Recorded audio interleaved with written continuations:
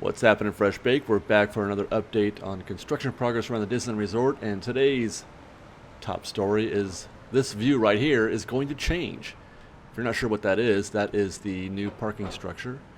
And this is some concept art for a bridge that they're going to build connecting that new parking structure to the downtown Disney parking lot and to ostensibly downtown Disney. Which let's first analyze this concept art real quick while we're here. Obviously, that part right there is the bridge that they're building. That's Magic Way, intersecting Disneyland Drive. I always forget which one it is, but when you make that left on Ball Road into the Mickey and Friends parking structure. Mickey and Friends parking structure is that area right there. That's Mickey and Friends, and then the width of that is the new Clio, as it's being called right now, Clio parking structure, and that is the roundabout type. That's the guest, that's how guests get back down to the ground. This area right here, so you can either take one of those escalators down to the ground and grab a tram, or you can take that bridge into the downtown Disney parking lot and walk it in through downtown Disney. Here's another view where you guess that bridge is going to go across that street, Magic Way. And then that's the Disneyland or downtown Disney parking lot. And it's going to dump you into there, I guess, into the parking lot. I'm unsure, actually, how this works now. I'm going to pause here for a second because I'm unsure. What is that? Where are they going to? Is the bridge going to go just across the street and then guests will walk it in through the parking lot? Or is the bridge going to go over the parking lot? I gotta think it's only going to cross the street and they're going to unload, or the guests will come back down to the ground level and then walk through the parking lot. And I'm kind of curious. That seems like a lot of trouble for a little bit of, I don't know, change, I guess. I mean, I do understand why they would want to, according to the announcement from the city of Anaheim, or if you read the, the proposal that was given to them and voted on, it was basically to promote guest safety and to eliminate some of the other necessary changes they would have had to make for the additional guest traffic. Because there's going to be a lot more people parking here, obviously, which means a lot more foot traffic, which means a lot more people crossing the street. And this street is what I'm talking about right here. That's the walk you have to make. You have to walk up that street, cross that place right there, and then you have to cross that street to get to the downtown Disney parking lot. So that bridge basically circumvents this, and then you walk it in to downtown Disney, and the bag check, which you can see way off in the distance, those green tents way in the back there. So I get why they would want to, that can be with at current levels, it's not really a problem. There's no more than 10 or 20 guests crossing that street at a time ever, even on the busier times, and traffic is usually pretty minor. But given the additional foot traffic, that may become a situation.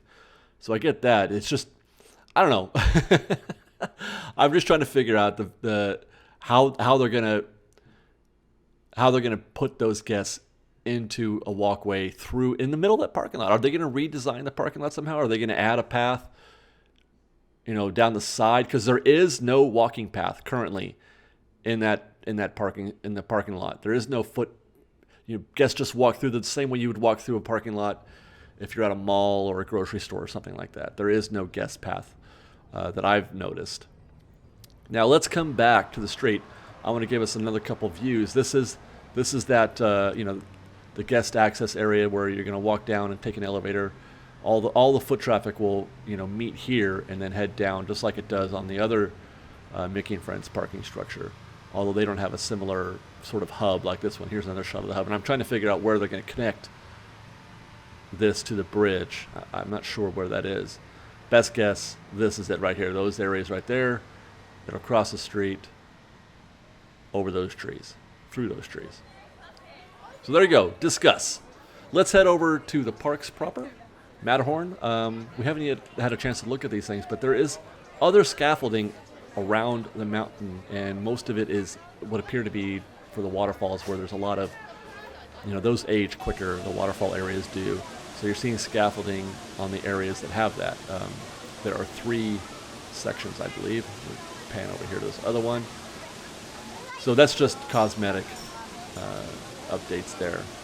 I guess that, there's a lot of algae and other things that require the occasional repair. I was hoping maybe they were going to put more snow on the mountain, because I don't know if you remember when they did this before, they took some snow off after the last update. Here's the backside of the refurb happening. Still waiting to see what's going on here. Okay, front side, Matterhorn, let's pause. Planners are now, or three of them are in the ground. They haven't yet filled in the holes yet to, enclose that area, but the planners are in the ground. Three of them. That fourth one still hasn't been put in on the Fantasyland side of the queue. And nothing else is going on except for that, it looks like, right now. Although I do see, let's zoom in for a minute. It looks like they put some forms in on that, up against the Matterhorn queue and poured some new concrete. Is that or is that dirt? I can't tell if that's new concrete or dirt.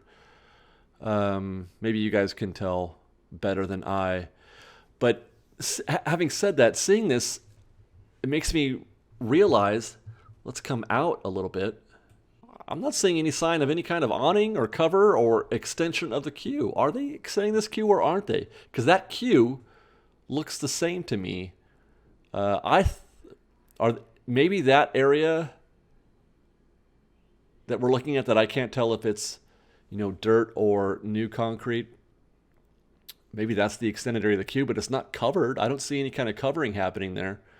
And we're, we are 1 month away from reopening. Matterhorn's going to reopen on November 16th.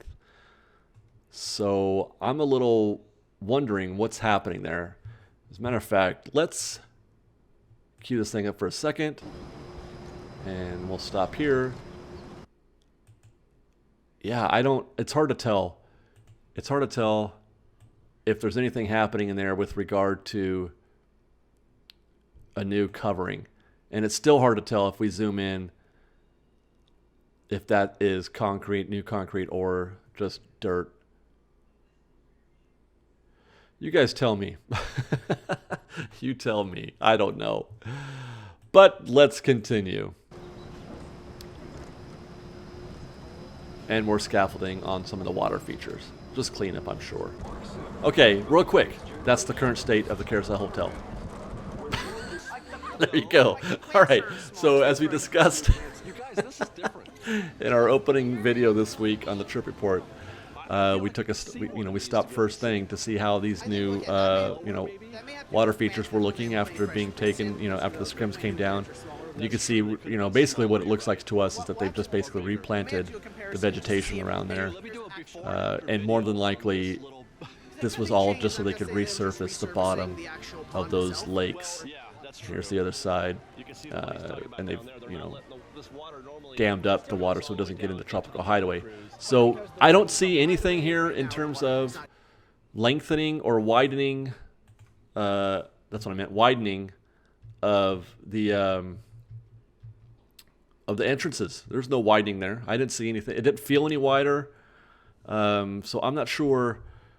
That may have been somebody's speculation. That was, I don't remember where I heard that, if it was from a proper source or if it was from just rumor or some idle speculation from a commenter or whatever.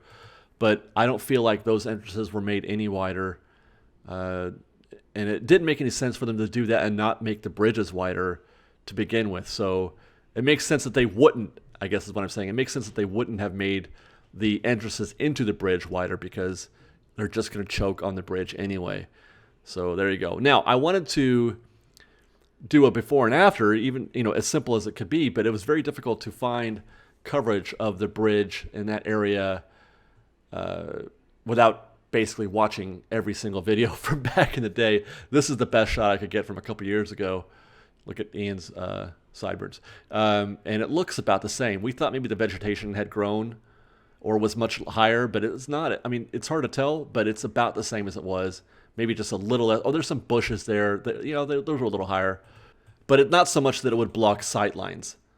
So, it's just a change, to your eyeball. But nothing to say that, it was a big change. Let's head over to the Motorboat docks, the Motorboat Cruise docks. where they also came out from under scrims, and not much change here either. Best as we can tell, nothing more than a paint job. They put the tables and chairs back, and it looks like they just, you can see there's some fresh paint on the right here, the poles. All that green is fresh paint. And maybe the awning as well, although I'm not sure. Otherwise, nothing. That's it. So it got a new paint job. Tiki Room. I was hoping, I don't know what the timeline is in terms of expectations about what they're going to do with that area behind the disabled access path there. This area is still behind walls, which suggests that they've got work to do. And so for those who are hoping that maybe they do something with regard to that wall, maybe putting more vegetation there, or just putting the lid back on, as Sarah put it very eloquently. That's what it felt like. It felt like that queue, the outdoor queue portion had a lid on it, and now we feel much more open and airy than we did before. And hopefully, that is my hope. I'm saying that they do close it up again, because that would feel more comfortable, more at home.